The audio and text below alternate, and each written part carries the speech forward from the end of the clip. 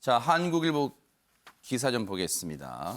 이제 대선이 오늘로서 이제 18일, 2주 조금 남짓이에요. 그러다 보니까 지금 이 순간에 지지율은 어떨까, 표심은 어떨까 이제 궁금하기도 합니다. 한국일보 3면입니다.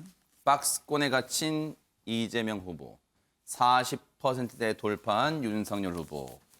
이제 갤럽 조사 어제 발표된 걸 본 겁니다. 갤럽 조사를 보니까 이렇게 쭉 흐름을 이제 보여드렸는데 이때가 1월 초에 올해 1월 초에 보세요. 윤석열 후보가 아랫부분 빨간 거예요. 이때 지지율이 이렇게 격차가 났습니다.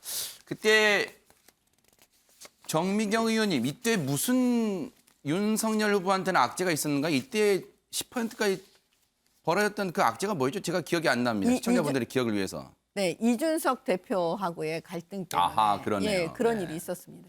그런데 이 10%포인트가 났었던 윤석열 후보가 그 이후에 조금씩 올라오더니 접전을 한 3주 치열하게 했어요. 그러다가 어제 발표된 거에서는 이제 격차가 벌어졌다고 나왔습니다. 하나 더 보고 최민희 의원님 얘기 들어볼게요.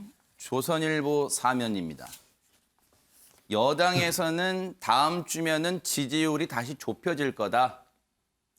우상호 총괄선대위원장이 단일화 이슈로 잠시 열세에 있는 것뿐이다.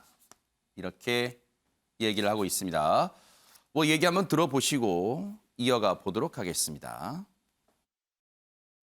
안철수 후보가 단일화를 던진 이후에 단일화 이슈가 지금 국민의 관심사가 되면서 지지율 격차가 벌어졌다. 이렇게 특히 우리 지지층의 응답률이 상대적으로 좀 낮아지고 있는 현상들이 여론조사상에 반영되고 있다. 이렇게 분석하고 있습니다. 이 단일화 이슈의 결론이 나오면 다시 여론조사의 수치 흐름에 변화가 올 것으로 저희는 그렇게 예견하고 있습니다.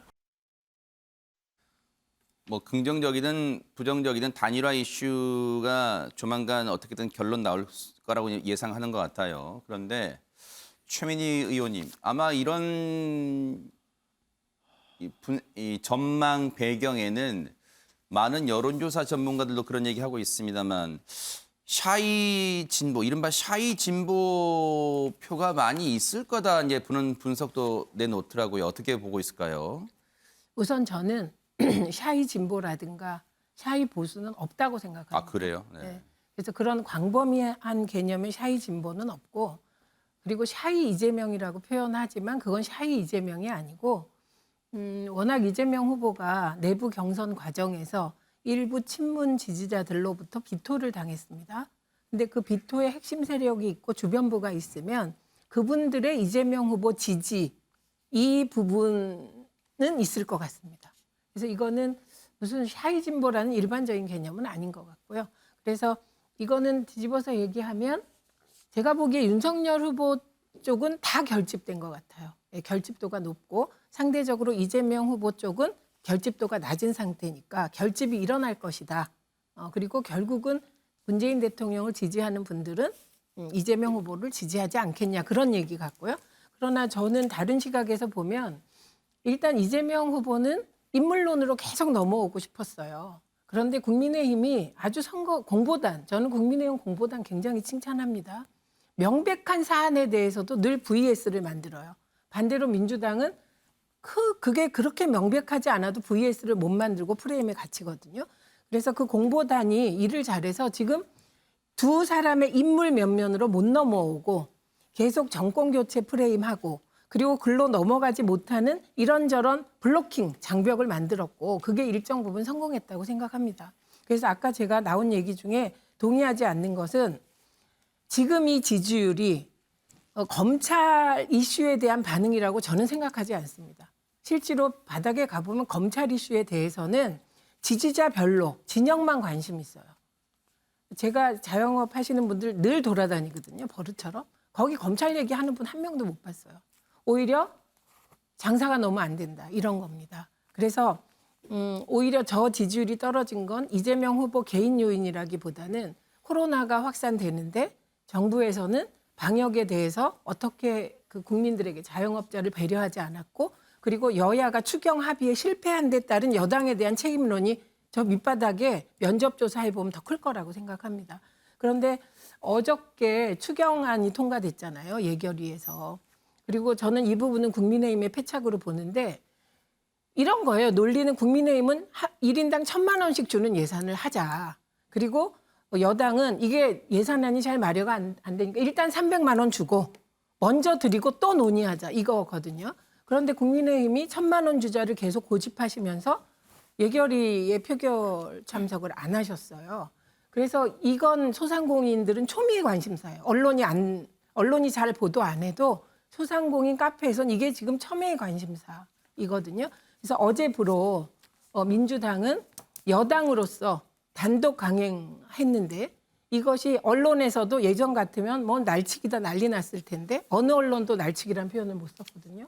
그러니까 이 부분은 이게 민생으로 넘어오는 전환점이 될 수도 있기 때문에 저는 우상호 본부장이 저 지지율 격차가 좁혀질 것이라는 저 표현이 만약에 이게 무슨 뭐 검찰 이슈라고 생각한다면 저는 거기엔 동의하지 네, 않습니다. 정리해 볼까요? 네네. 그래서 민생을 중심으로 여야가 해답을 내놓는 것이 저는 국민에 대한 의무다 이렇게 네. 봅니다.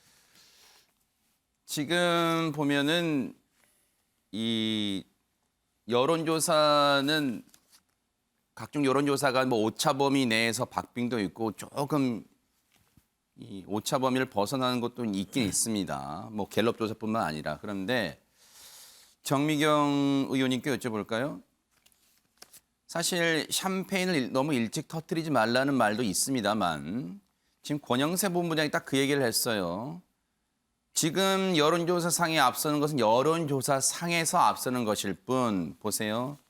안심할 단계가 아니고 앞으로 남은 20일도 채 못 남았습니다. 변수가 많다는 거예요. 실제로 지금 곳곳에서 언론들이 다 기사로 담아내지는 못합니다만 계속해서 뭔가 조금씩 뭐 양측 다 모두 공이 그렇습니다만 터지고 있어요.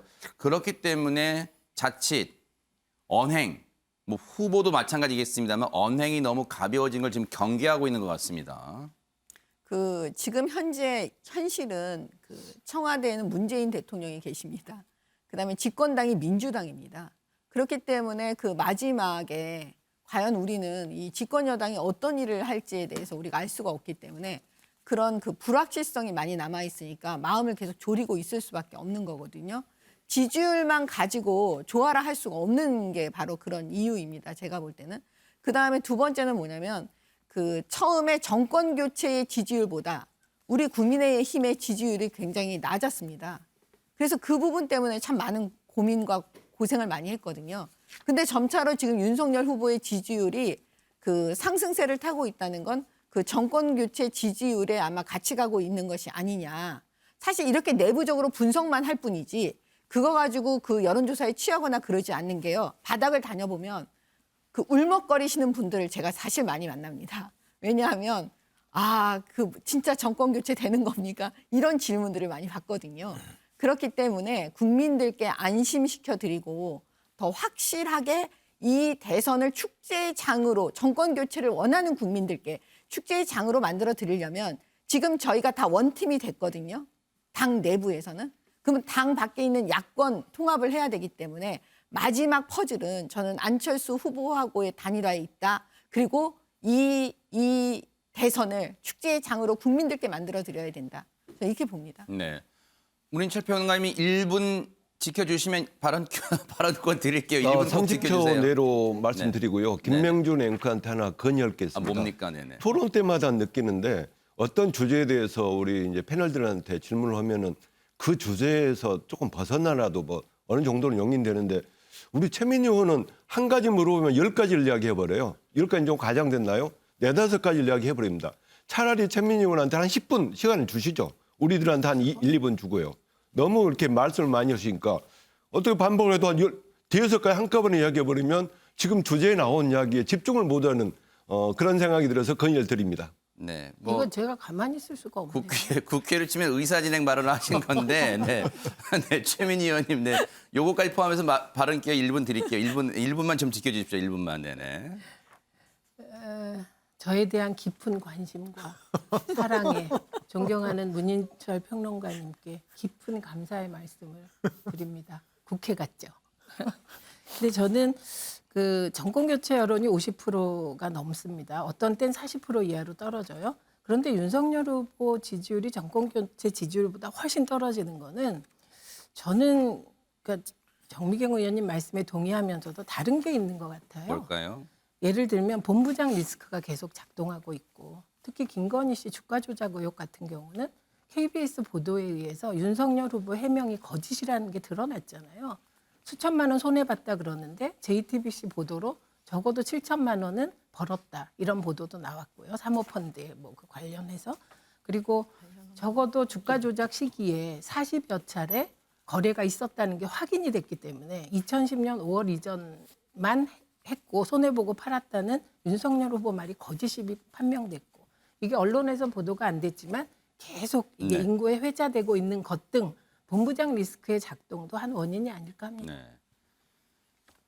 앞서 최민희 의원님이 국민의힘 공보단 칭찬하셨지만 민주당에서는 최민희 의원님 계신 게 든든할 거예요. 왜냐하면 방송 나가서 모든 현안에 대해서 보세요. 조목조목 다 짚습니다. 그렇기 때문에 든든하실 거라는 생각. 고맙습니다. 저는 네. 문인철 평론가님 때문에 기죽었는데. 아니 고맙습니다. 진짜입니다. 네. 지금 현안마다 일단은 조목조목 또 근거를 제시해서 또 반론을 해주고 계십니다. 그런 분위기로 이어가 볼게요.